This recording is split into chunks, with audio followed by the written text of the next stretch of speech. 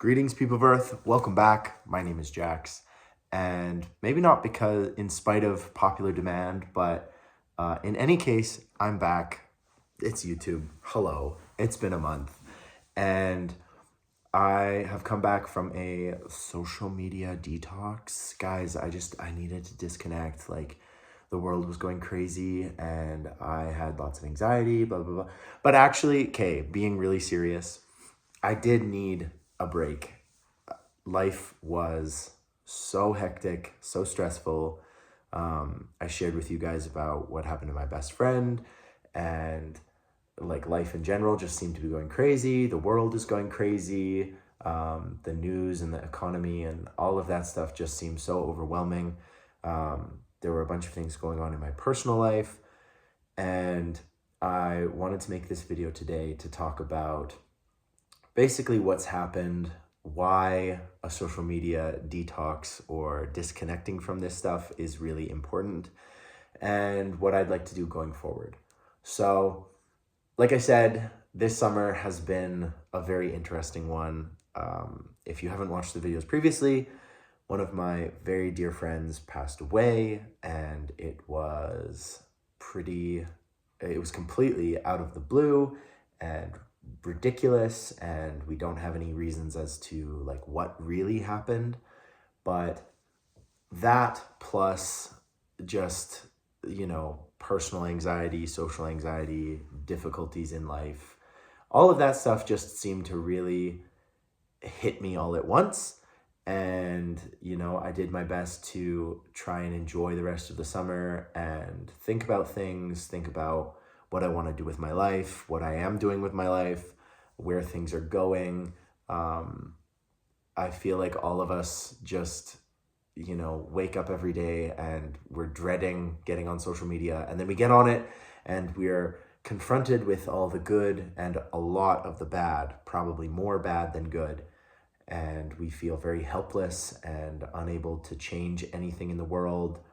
There's a lot of difficulties and strife. You guys know about this. I'm sure you guys are on all of this stuff and watching the world seem to decay or just get to a worse place. But I made the conscious decision to leave the social media stuff behind for a month.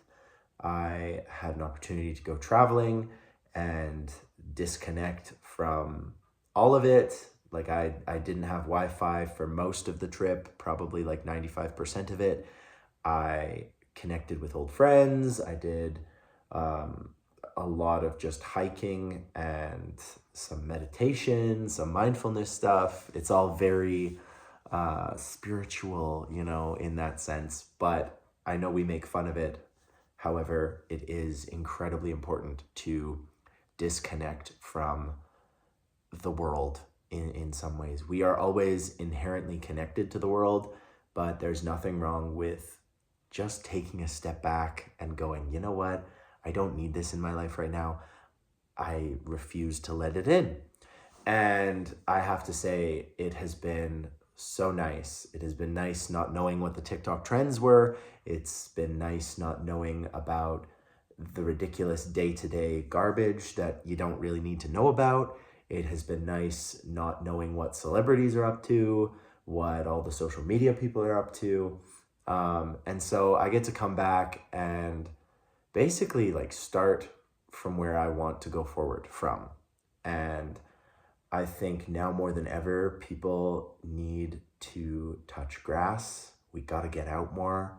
We got to go into nature more. Since the passing of Jane Goodall, I've been watching like a lot of nature inspired things, connecting with nature, being a part of nature, realizing that we are a part of nature. And even just small town interactions with people at a bakery or, going to the gym, things like this have really grounded me, because I feel like I have been up in the clouds full of anxiety, no foundation, no support, and that is not the way you want to live your life.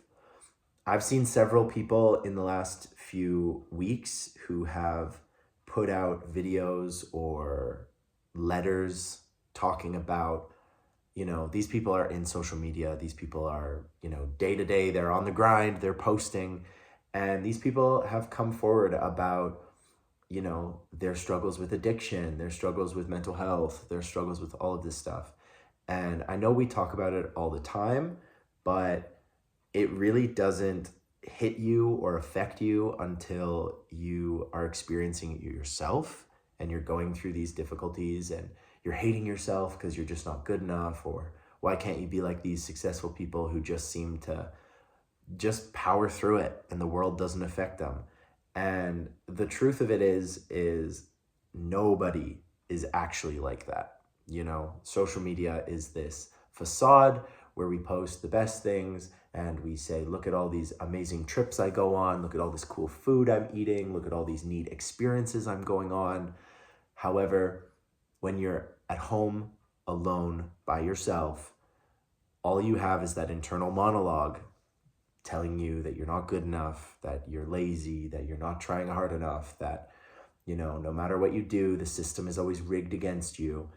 And it doesn't really matter if you are gay or straight, what side of the political spectrum you're on. It doesn't, none of that stuff matters. It doesn't matter what generation you're in, if you're a Gen Zer or you're a boomer or whatever. None of that stuff really matters. It's all defined to put you in a different group. It's like the Hunger Games or one of those things where you're a Gryffindor or you're a Hufflepuff and that's just who you are. None of that stuff is actually accurate. We all have a multifaceted set of traits and personality types, and those change and they shift. And the reason we give them names and we try to codify them and write them down is because we want to feel as though we belong, or we, inherently act a certain way because we are a certain thing. If you're a Gemini or a Libra or a Virgo. But I think we all innately know like those things aren't actually accurate to life. You can't choose your personality type based on how you were born or by if you were sorted into Gryffindor on a website once upon a time.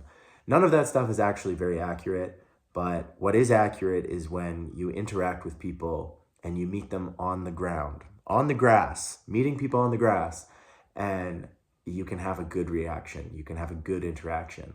There are always going to be people who prejudice you because of a label you have or the color of your skin or your sexuality or your gender, whatever it is. But most of the time, if you just meet people where they are, they will treat you with the amount of respect you need to get out of that interaction. I'm sure I have had people check me out at the grocery store, they're scanning my items, and maybe that person completely disagrees with the way that I live my life. They disagree with my lifestyle, but doesn't matter. We just checked out the groceries, we got through the interaction, and that is A-okay. And I think that's what it comes down to. There's been so much stuff over the last month about, political beliefs and your beliefs in general and how they shape who you are and shape how you're supposed to interact with the world. But in total honesty, unless you are an extreme one side or the other, it really doesn't matter. Like, unless you're someone who's like, I just can't stand these kinds of people, I'm not going to see them ever, and if I do, I'm going to attack them on sight. As long as you're not like that, just live your life, get through it. Don't make it a struggle. Don't fight people unnecessarily. Meet them where they are, treat them with respect, and move on. And I think that's one thing that I've learned in the last month, especially after certain events that have transpired last month, that people are always going to have a difference of opinion, and they're going to take things to a different level of intensity than you are. They're going to really come at you and say, how dare you support this? How dare you not support this? Like, you're a monster. You're, the most evil person in society and you should be wiped out. That kind of opinion is just too extreme for the world we live in. We live in a world of extremes. And so taking an extreme position like that is just going to lead to a terrible life. Just calm down, meet people where they are. if they're treating you with respect, you can treat them with respect back. If you feel as though they're on the fence about an issue that is really close and near and dear to your heart, meet them with respect, convince them, talk to them, be human. Don't be a salesman. I feel like everyone's trying to be a salesman or a self-help guru or something like that. And that's really not what we need. We just need kind-hearted people who are willing to live their lives and not impact other people's lives and the way they want to live them. If our society as a whole can tolerate people smoking, like, that's fine. We sell them, like there's advertisements for them, all that kind of stuff. We know that that's not good for people. But we also understand that it's their right as a human being to do what they want with the money that they've earned. And it might be a controversial opinion. You might get super mad at it, but I'm not here to tell anyone how they are supposed to live. I'm providing like my experience, and I know that smoking isn't great, and I've seen relatives die of it.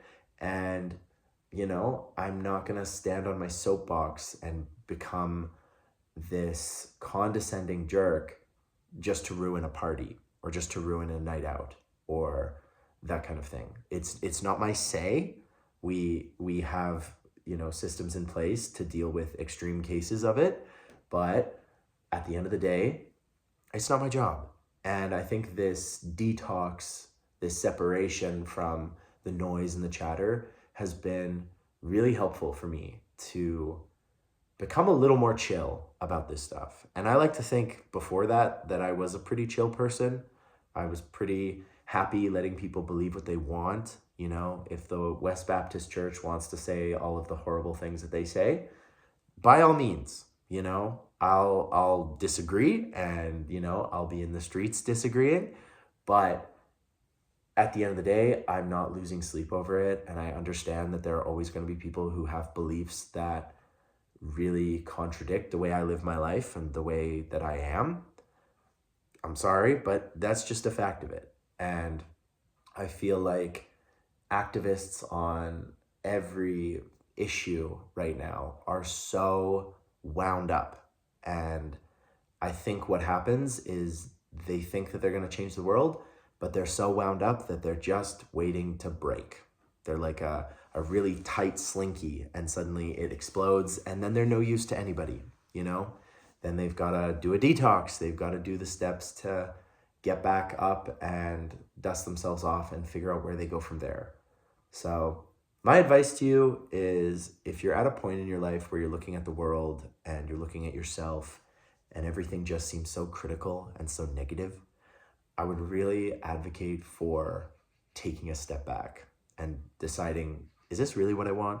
Is this really the degree of intensity I want in my life? Because there's a lot to life, and you really get to make it what you want. So I'm back. I will be posting again. Sorry for the disconnect. Sorry for the sudden disappearance. I probably should have made a video explaining that I was gonna disappear for a bit, but it needed to happen. I feel so much better, and I look forward to sharing conversations with you guys again. So as always, I'll talk to you guys tomorrow.